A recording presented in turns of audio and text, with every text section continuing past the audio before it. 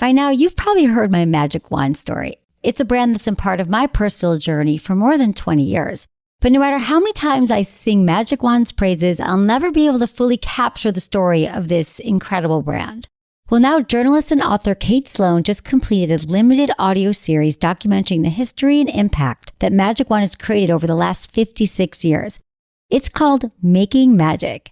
And the series chronicles Magic Wand's incredible brand story through interviews with nearly 40 experts, performers, business owners, educators, and fans. So I got a sneak preview of the series, and what I loved is that Kate weaves together snippets from all their interviews into this amazing story arc. She covers Magic Wand's journey from appliance store massager to its legendary influence on culture and sexual independence, and it's all just fascinating. The first episodes of Making Magic are available now at makingmagicseries.com or on all popular podcast platforms. Just search for Making Magic or visit makingmagicseries.com today. What do you think are the benefits to being in an open relationship? Like, is it the kind of thing where you're like, I could never go back? Like, what don't we know? Right. So I think it's like the novelty, the passion, like that's what you think about when you think about open relationships. For me, one, it made me closer with females, which people think is absolutely batshit crazy. But also, two, it made me a better person. Truly, it made me a better human being. Like I am a better friend, lover, girlfriend, daughter, human in general, because I feel like I know myself better than I ever have. And for me, it made me practice speaking and living my truth as opposed to trying to fit in someone else's box. Right. And that doesn't work for me. Right. And so now, like you said, you feel free, right? Like that's amazing. That's one of the biggest compliments that you could possibly give me, because that's what I'm all about. I want people to live and do as they completely please because they enjoy it. Thanks for listening to Sex with Emily. I'm Dr. Emily, and on today's show, I'm joined by dating coach and co-host of the True Sex and Wild Love podcast, Whitney Miller, to talk about open relationships, and we're also taking your calls. Topics include navigating different types of relationships and how to go about changing your boundaries, what it's like to go to an all-female play party, ways to cope and deal with jealousy in your relationships, and how to bring up the idea of threesomes to your partner without them getting upset. All this and more. Thanks for listening. Into his eyes. They're the eyes of a man obsessed by sex. Eyes that mock our sacred institutions. Bedroom eyes, they call them in a bygone day. Hey, Emily, you got a boyfriend? Because my man E here, he just got his heart broken. He thinks you're kind of cute. A girl's got to have her standards. Oh, my. Do women know about shrinkage? Isn't it common knowledge? What do you mean, like laundry? It shrinks? Can we not talk about sex so much? Are you kidding me? Oh my God, it feels so good. Being bad feels pretty good. But you know, Emily's not the kind of girl you just play with. You're listening to Sex with Emily. We're talking about sex, relationships, and everything in between. For more information, check out sexwithemily.com. You're going to love our site. We got a ton of posts on there, blogs and posts and videos to help you have the sex life that you want. And find us on all social media. It is at Sex with Emily across the board. Okay, intentions with Emily. This year, you guys, I want you all to start the show off, if you'd like, for a second here. Set an intention. I'm going to do one. I encourage you to do the same. So what I mean by this is, like, when you're listening, think of like why you're listening. What would you like to get out of the show? And I found that this really helps ground me in experiences. Even if I'm going to dinner with a friend, I'm like, why am I going to dinner with this friend? And I think about, well, I wanted to have a conversation with her about this or that. Or when I'm working out, I want to feel stronger in my body. So for this episode, you could think, I'm new to opening up sexually and I want some ideas. Or, you know, monogamy never really seemed right for me. I'm curious what else is out there. My intention was to get you guys to understand that you get to decide what kind of commitment you want to be in. That monogamy really isn't the only choice for everybody, but also maybe there's, this will inspire you all to kind of think differently so you can make sure that your needs are getting met and not what you think society wants for your relationship. All right, guys, enjoy the show. I'm so excited to welcome my guest. Whitney Miller is here. She's from the True Sex and Wild Love podcast that I did with her with Wednesday Martin in New York. You guys can check that out. We'll put it in the show notes, which is at sexwithemily.com. And Whitney, you were Miss United States. That's amazing. Yeah. And now she got into the podcast, which I had so much fun meeting you guys. And that you essentially have been, what I would love to talk to you about is how you got into your podcast. And then you got into this whole space, is I know you were in a open relationship. And I don't know if you still are. I need to hear about your journey because I feel like this is the time. People always ask me in the 15 years I've been doing this, like, what's changed? And I'm like, people still have the same questions. Like, women aren't having orgasms and men are confused about their penises. But the good news is people are realizing that monogamy isn't the only choice. And people, so I love that you're here, Whitney Miller. Thanks. I'm so excited to be here. And how much fun did we have on the show when you came? I loved it. We had a blast. And I really enjoy your podcast. And you and Wednesday are like so great together. Thank you. And I was listening to your one. Okay, so we're going to get into our relationship thing, but I listened to your thing about the Skirt Club. Oh, yes. Which is the club for women. Like an all-female play party, sex party, which I'd never been to before, ever. Yeah. I haven't been to an all-female play party. No. What's that like? No. I want to go. I want to hang out. Everyone there was very cool, very welcoming, very sweet, but they just get after it. Like, we got there a little bit late and we were going to do our live podcast from there, which has never been done, understandably so. Yeah. And I was like, okay, before the podcast starts, I have to just take a loop. I gotta figure out something to talk about here, know what's going on. So I ended up playing Spin the Bottle with a few people. And then you go into the back rooms and people are just going for it. I know you said that in the podcast, but what do you mean going for it? So give me a scene. So they have like a VIP room and they have all these other rooms, and we're in a penthouse in New York City. So amazing already. Yeah. And they have the VIP room. I'm not sure how you get into the VIP room other than maybe you just walk in. I don't know. I just walked in. And there's 4 women on the bed, probably like 2 couples that are just, one's going down on the other one.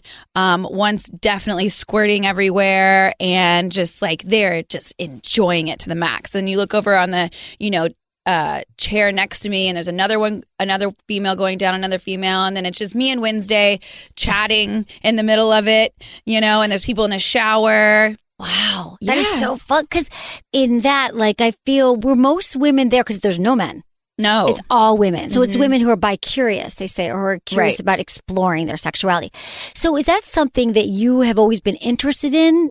Because I totally related to you because you're like, no, I've been with women, but like, I like a man. Yes. You're like, I like his hairy chest. I want the muscles. I want him to pick me up. I'm like, exactly. Like, I've been with women. I like being with women, but I like men. It's just not the same for me. And I wish, I really do think it would be amazing to be as attracted to a female as it is a It'd be a lot man. easier in some ways. Yeah, but you get to go on multiple dates and God, I don't know. I would love that. But it's just, I've been with multiple women and I enjoy it. I love the sensuality of it. I love the way the skin feels. It's a completely different experience than being with a man, as you know. Right. But yeah, it's just, I just love a good hairy chest and a deep voice. And I get it. So give it to me. So I want to hear a little bit about your journey because you've had a pretty badass life already.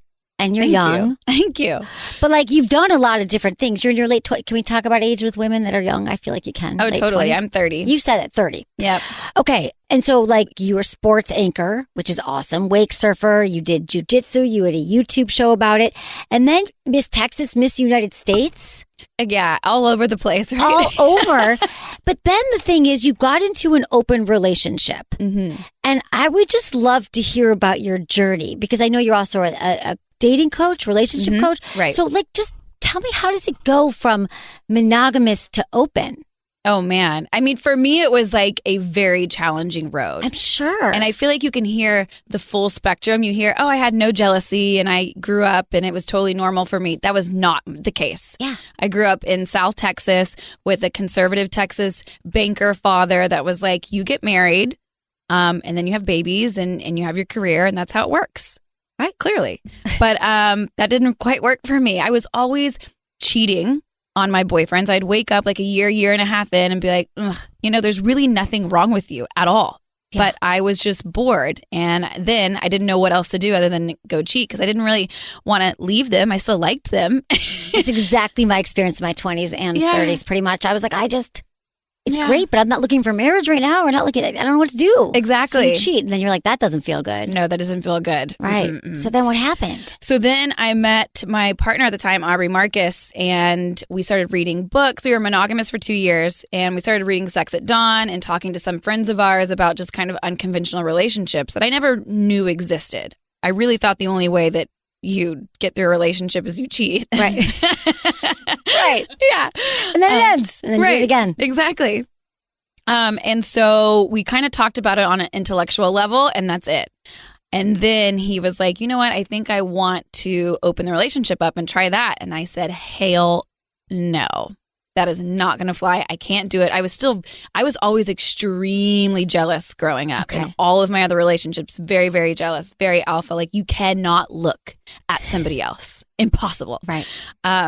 So he brought that up to me, and I just couldn't handle it, and I wasn't ready for it. And so I said, no, I can't do it. And I went on, it was supposed to be a 1-month backpacking trip.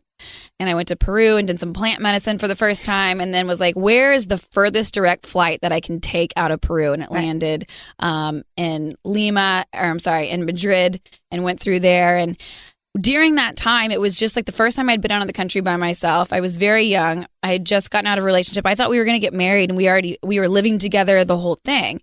But I met somebody on that trip and was like, oh my God, you're extremely attractive. And so we had some fun, but all the while I was still very much so in love with Aubrey. And that was the first kind of light bulb for me saying, wait, you can explore and have fun with other people and even have sex with them or have these, intimate dates with them, but still very much so be in love with someone else. Right. Because in your brain, you're like, no, if you are in love, you can't love someone else. Right. You can't have attraction. Right. That makes sense. Yep. Okay. So you felt that. I felt that. And that was the first kind of like light bulb, like I said. And so I came back, and we both still wanted to be with each other, but we got together under the open relationship container. And we had no clue what we were doing. Right. So tell me what happened. So how did it, because I think that many people still believe that it's just for people who love sex. It's just an excuse to just sleep with a bunch of people. Right. And then most of them have your first reaction is hell no.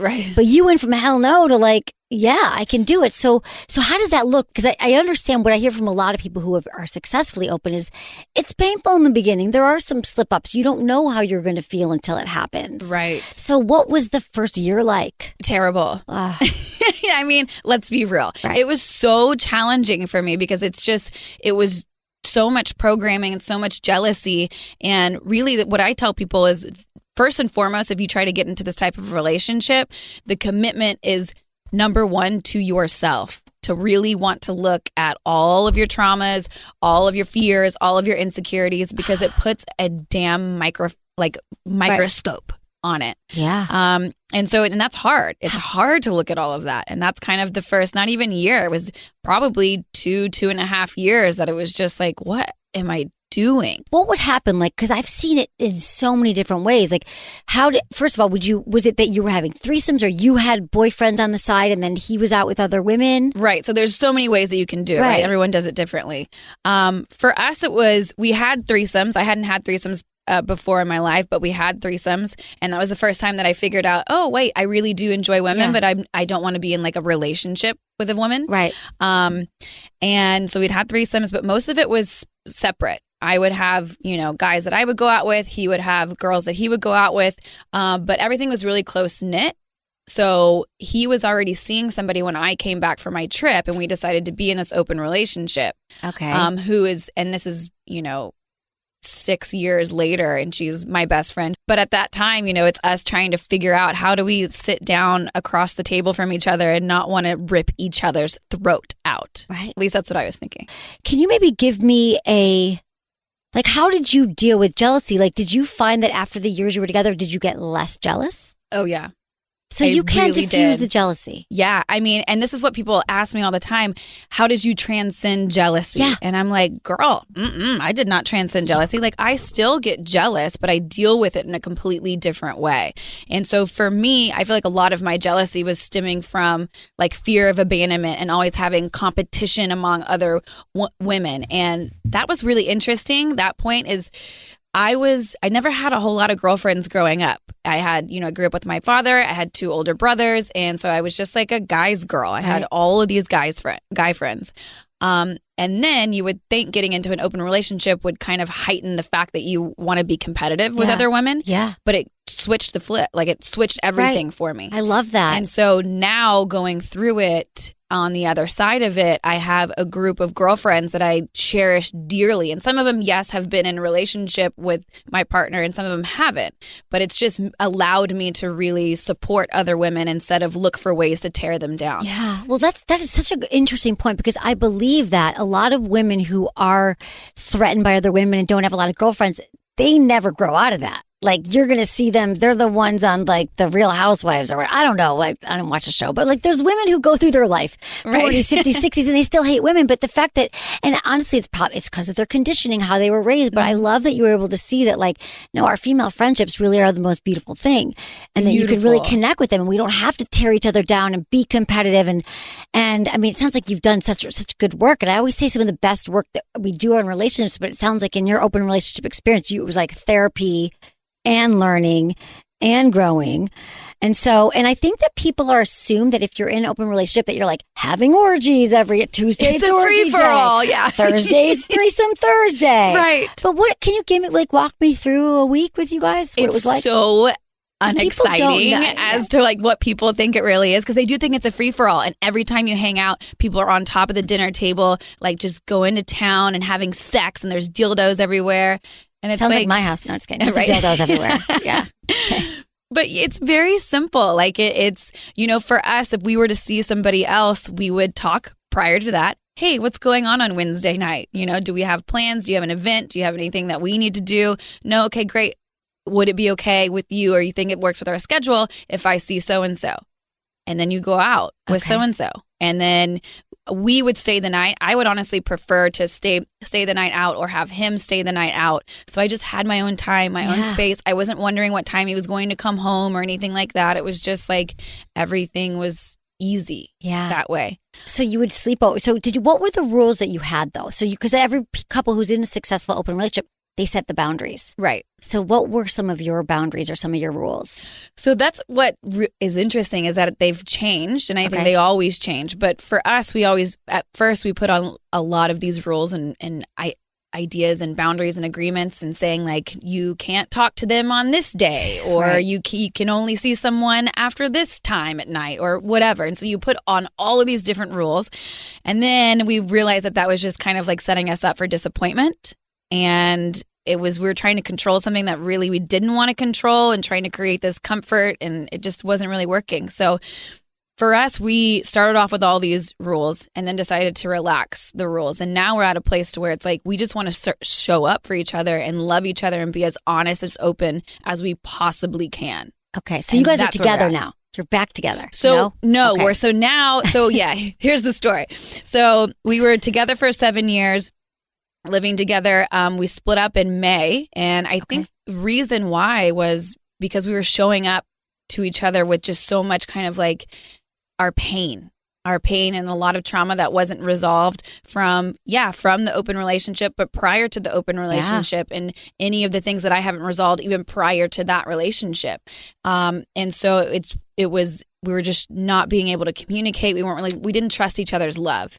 And there was one point, we just did a podcast yesterday about this. There was one point to where he said, I love you. And I said, that's debatable.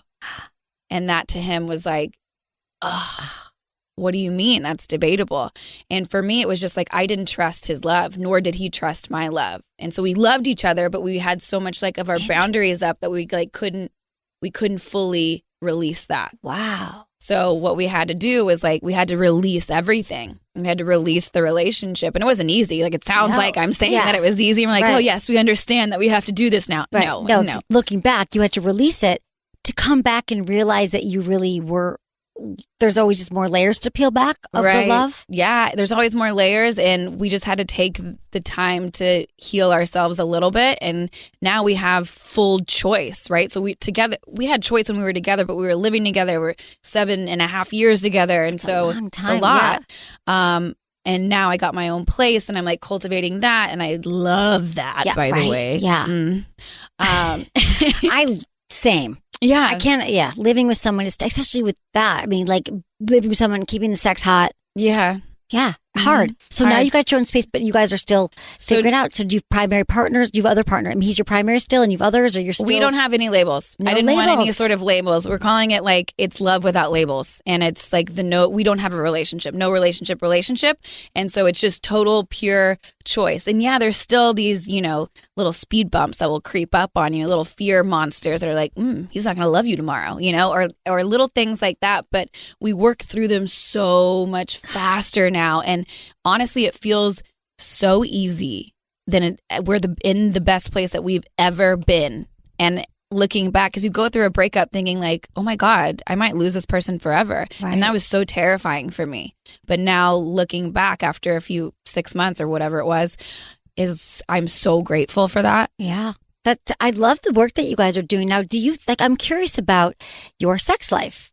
Do you feel like being in that relationship with him, that it was open? Like, did you feel like you kept learning, peeling back the layers of your sex life as well? Mm-hmm. So you've learned a lot more about who you are. And, who I am, what I like, what I don't like, how to orgasm better. Like, and also having a partner who's really into that and enjoys that. Yes. Plus, you get to have sex with other people, and that's always fun. That is fun. So you learned how to have better orgasms, and he loves going down on you. You like pleasing him, right? And then are you with other women too with him? We were, and we are a little bit now, but not so much. Like I said, like I enjoy it because it's like something hot and sexy for him, and I'm down if it's one of my like close friends, or it's like I'm kind of like bi-situational. Like if there's a really great situation and a really awesome chick, I'm like, cool, I'm down with this. Right. But that's kind of at the extent, right? Of Okay, it for me. I got it. Seems like you guys have been a whole journey. That is really interesting. I love this. So do you think do you want kids? Yes. Okay. I do. And does he want kids?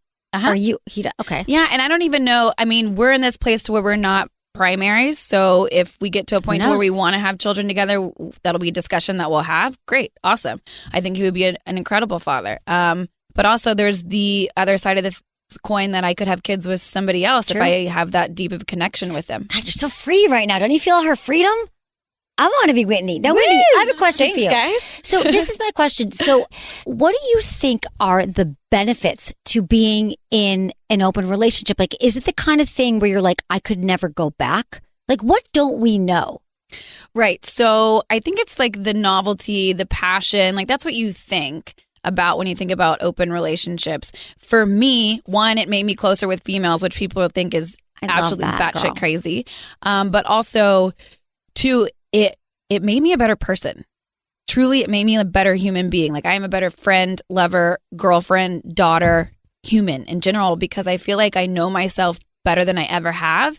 And for me, it made me practice speaking and living my truth as opposed to trying to fit in someone else's box. Right. And that doesn't work for me. Right. And so now, like you said, you feel free, right? Like that's amazing. That's one of the biggest compliments that you could possibly give me, because that's what I'm all about. I want people to live and do as they completely please because they enjoy it.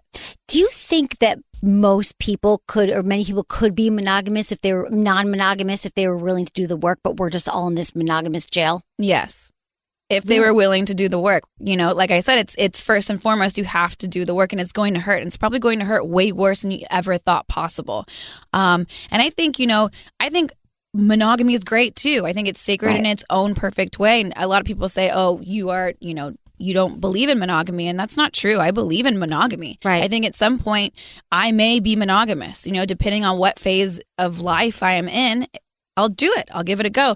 But with the agreement and the understanding that we can still have a conversation, that those agreements about monogamy may change in the future. Right.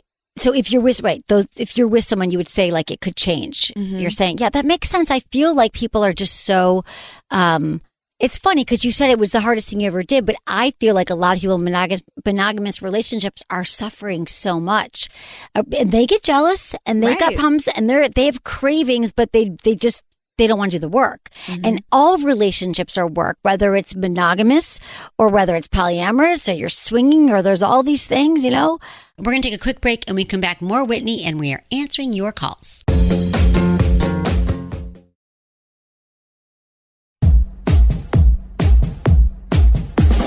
Okay, let's take some calls. Let's do it. All right, we have Rick. He's 33 in California. Hey, Rick, thanks for calling. Hey, thanks for having me. Of course. What's up? We're here to help. Question. Okay. How would I approach my significant other about a possible threesome? Okay. Well, Rick, have you ever talked about your sex life or what you're into before? Yeah, we try to spice it up, doing things, and I think it just plateaued at this point. So it's just trying plateaued. to find ways. Okay. Yeah. Well, what I'm going to tell you, and I'm so glad we have an expert in this here. Well, I don't know if you're an expert at threesomes, but this is what I love having help here. Because this is what I want to say. It's not, so Rick, a lot of people think like, well, we'll just have a threesome and that's going to spice up our relationship. That's going to make our sex life even better. And I got to tell you that for many couples, if you're not already on super, super solid ground, having a threesome could be a disaster.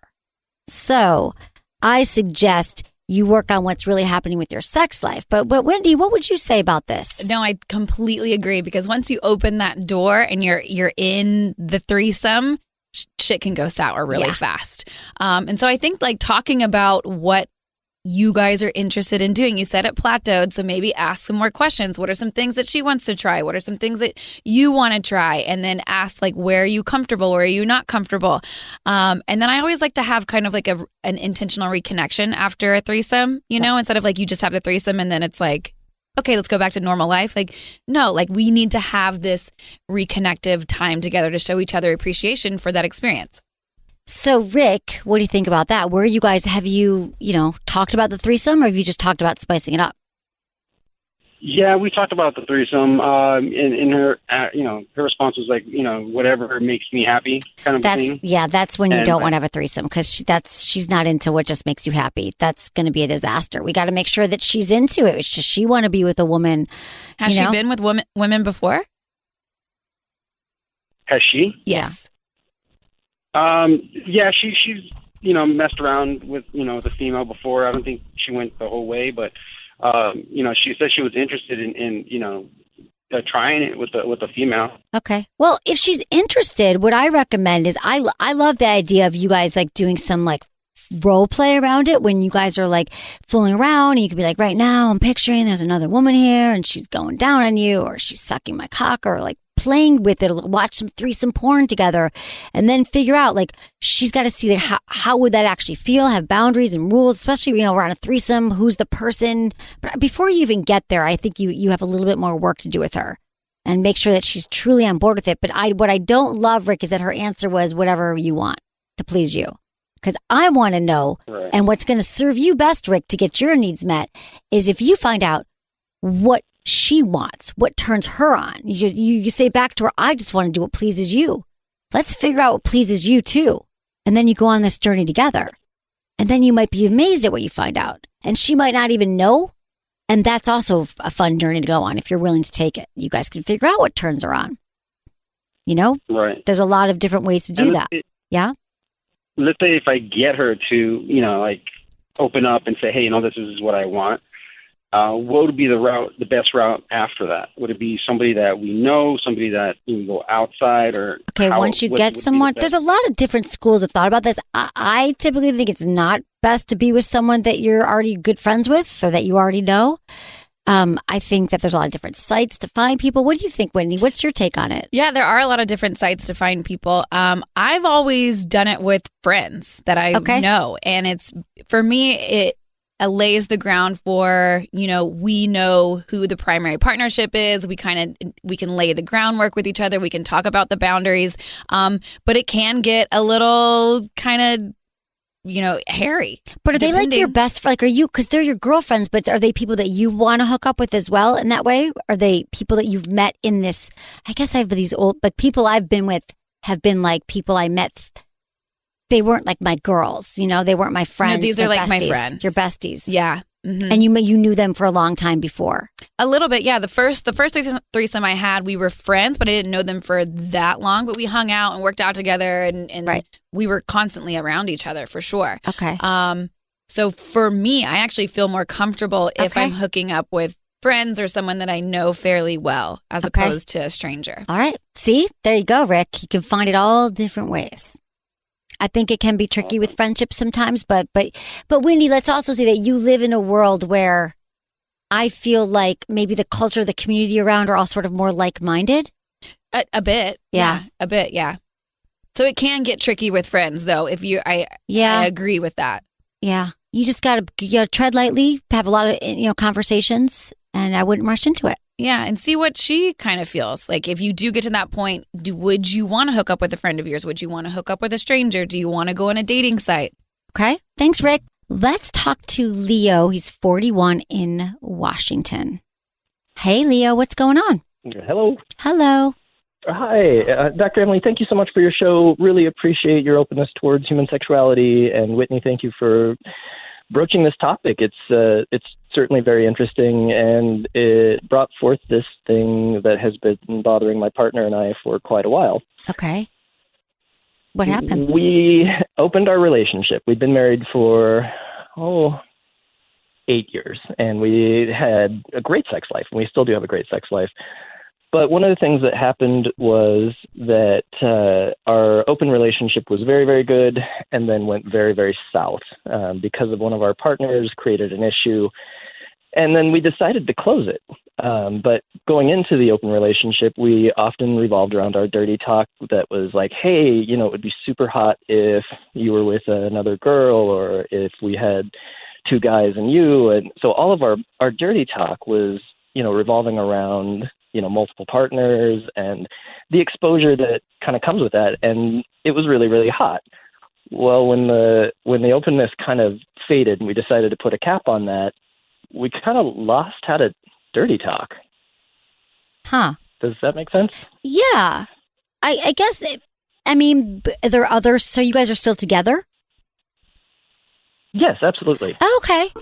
I think maybe you just need some more material, or find other things that could turn you on. Like, if you guys were just dirty talking about the open relationship, how long have you guys been together, first of all? 13 years. Okay. Have you guys explored other things besides dirty talk? Because I would first say that maybe there's other things you could go on a deep dive and figure out other things to talk about. But I feel like maybe you just need a little break from the dirty talk and try some other things. Have you tried role playing? Have you tried any power play? Like, there's a lot of, I feel like people who are into like dirty talk, I think it's a way of being really intimate with your partner, and it's a connection, especially if our minds are wandering during sex. So maybe bringing in some other activities during sex that are like new and exciting to you guys, if that is role playing or bondage or something. Yeah, and maybe, because it sounds like the dirty talk was focused on the open relationship and that went sour, so now you don't want to talk about it. Is that right? Absolutely. That's exactly what's going on. Yeah. So we get to that point where, it'd be a nice moment for like, oh, it would be so hot to see this. And both of us kind of clam up, and then, that moment is gone. That moment is fleeting. Have you guys talked about that? We don't know. Like, hey, when we get into that moment, when we want to say these things, it would be so hot if there was somebody else, but we both clam up. And then maybe get kind of curious as to why, and talk about that and start healing what's there. How does that sound absolutely. or feel? We've kind of gone down that path here and there, and both of us have gone into therapy for it, and, really pushed our own, to find out why things had gone south. We took a deep dive and did a lot of introspection. Okay. And it was great, but there's still that, what used to be, which was, not just dirty talk, of our variety of games that we've always played. There's always that lingering sense of, but this is when it went south. But did you say why did it go south? How did it go south?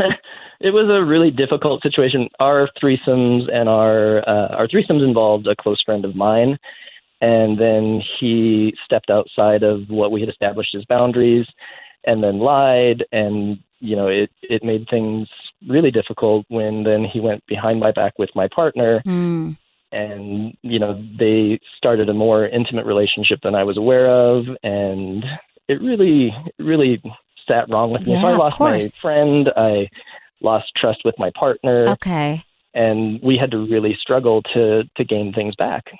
Yeah. Have you guys, and have you been in therapy together to rebuild the trust? Because whenever it's broken, you have. Yes. Okay. Yeah, and we've been doing that for about a year, and it's helpful, but it was something that was really fun before we were hurt by that incident. Yeah, no,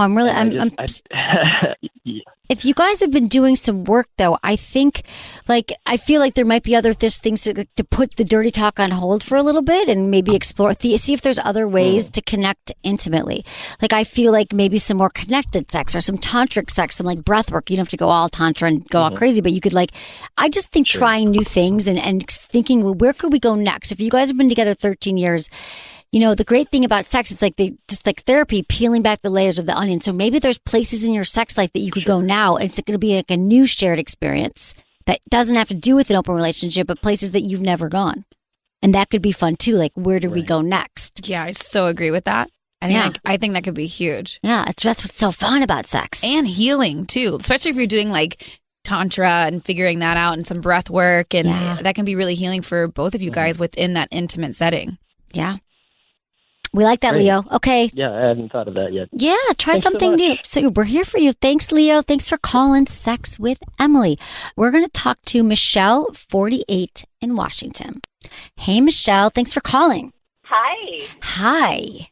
So I have been in a relationship for the last 3 years with an amazing guy. We have crazy great sex, super passionate.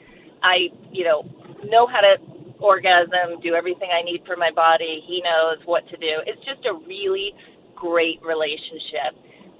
The one thing is we do a lot of dirty talk and fantasy and role playing.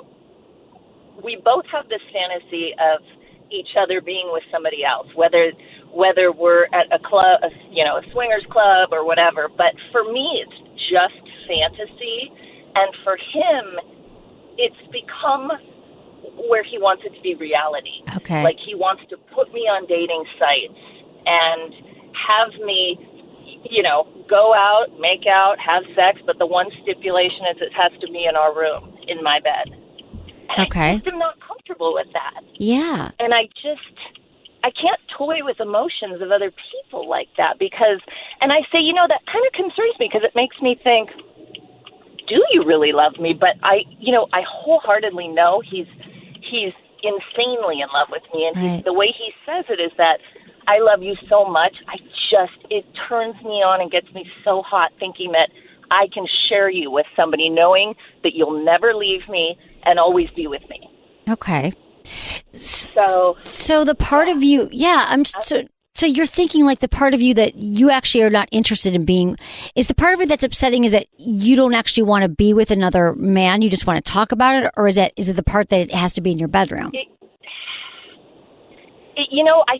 I think I just feel like it would have to be done totally where both parties know what I'm doing, not going online dating and meeting someone but not being truthful. Oh, you have to be truthful. I missed that. Skip that part. Of course. Right? Yes, Whitney. Okay. You have to You got to be truthful. That's actually not moral, ethical. That's not how you want to operate in the world. I think that's not fair to the other person. I agree. Yeah, because when you said toy with another one's emotions, I couldn't quite understand what you were saying. But yeah, there's no toying if you guys are in truth and understand what's going on.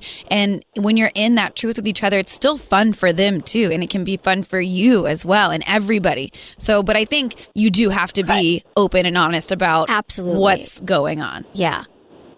You really do. So that's something you... So then would we still be... I mean, so we're each other's, primary or I don't know how to use the term, but these other people, I'm not comfortable yet with him being with another woman. He totally is for me, and he's just you have to swear you would never leave. I know you're in love with me. It would never happen, but I just need to hear it. It just seems so wrong. But I hear what you're saying. If it's I feel like you guys have some more talking to do around this and some more like figuring out what exactly it looks like and what are the intentions. Like if you're not really ready yet or he's not really ready, it sounds like there's just maybe you guys are close, but I would not let him pressure you into doing something you don't want to do. And it sounds like he needs to do a little bit more listening and you guys have to do a little bit more figuring out because there's so many different combinations of ways you could make it work yet. But I feel like if he's being really dogmatic about it and he won't budge, then like I say, no way, you guys. There's still more work to do here. Yeah, and I think the one thing that sparks my interest too is when he was saying, obviously he wants affirmations, and I totally understand that. We all want affirmations in our relationship, but for me, the point of you have to swear to me that you're not going to leave sounds a little like he's worried at the same time, even though he's turned on. I'm not really sure. So I think there might need to be a little bit more conversation there until it's like, look, I totally get that you want the affirmations there. That's hot and that's sexy and we all want that. And the guarantee. And there is no guarantees either. But I'm sure, I can't, like, is there some like kind of wordplay or like even like cuckolding thing? I can't say like, you'll never leave me. I'm just. Play this out. See what it really looks like. See what you would really be turned on by. See what he would really be turned on by. And then see if there's like some overlap there. Okay. Thank you for calling, Michelle. Okay. I appreciate it. Yeah. Okay, let's talk to Dominic. He's 43 in Pennsylvania. Hey, Dominic, what's going on? How can we help? Hello, Emily. Hey, how you doing? First-time caller. Thanks for calling. Welcome. I drive a truck for a living across the United States, all 48 states, including Alaska. And I'm out for like 3 weeks, and then I come home for like 3 or 4 days. And the sex is great with my wife. We've been married for 25 years. And the thing is that when I'm out on the road, I like to talk dirty to her when I'm on the phone, make like nice compliments and, like sexual compliments to her. And she doesn't have like any comeback. Where can she go to like get material to learn about more of a, Yeah, it's a great question. Sex, but I just want to. Does she want phone? But Dominic, my first question is, does she want to learn how to talk dirty? Yes, she's asked me all the time, like, what do I need to say? Oh, okay, cool. I'll text her, like, yeah, no, this is great. So I feel like it is like a skill like anything else around. It's like born with like how to talk anything, really. So talking dirty is really something where, you guys can kind of, she can practice or you can practice. It's just kind of talking about things that you want to happen, something that you want to happen, something that's happened in the past, something that you want to happen, something that's happened in the past. Describing something that she wants to happen in the future. But really, I'm trying to think of where to go to practice this. I always say, like, once you get your voice down, practice in the shower so she doesn't feel so awkward, but you guys have been together for 25 years, so I feel like you'll be cool with it.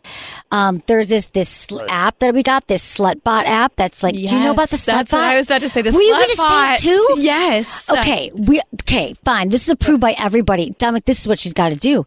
Sign up for, what is it again? It's Slutbot. Literally Google Slutbot, and it's free.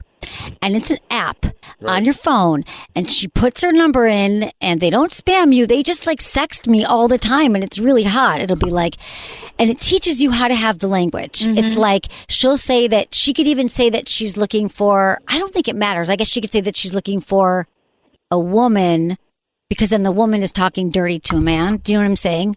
So she could learn that language for a man, but tell her just to play with it, because it's an app where, I found this last time. I'll read it for you. It's like you put in things that you want to try, and then the app like texts you back. Let me just find it. Like generates sentences for you. It generates sentences for you, so she could. I'm a pleasure guy. I like to make sure the woman's happy. I mean, the best thing that God put on earth is women.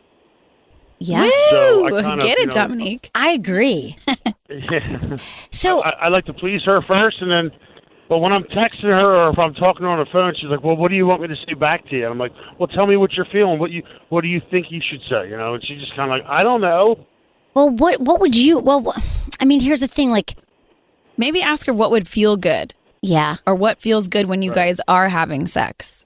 Yeah, ask her what she likes. Oh, it all feels good. No, but what is she like? Like what, like she's probably worrying about what you want to say, but like what feels good to her? Like that you've done to her. Right.